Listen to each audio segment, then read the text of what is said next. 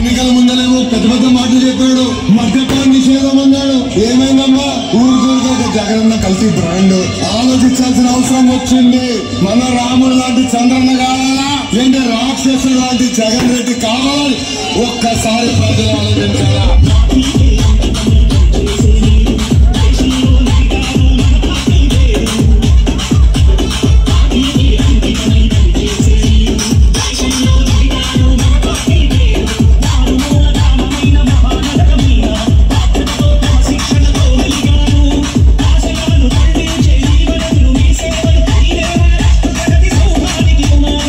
అధికారంలోకి వచ్చేది మేమే.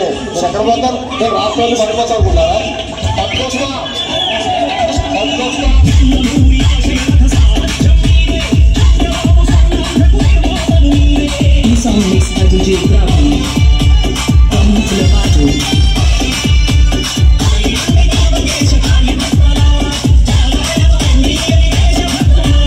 ఈ నాయకులు 1000 కిలోమీటర్లు పాదయాత్ర చేశాం. ఎట్లా చేశారా?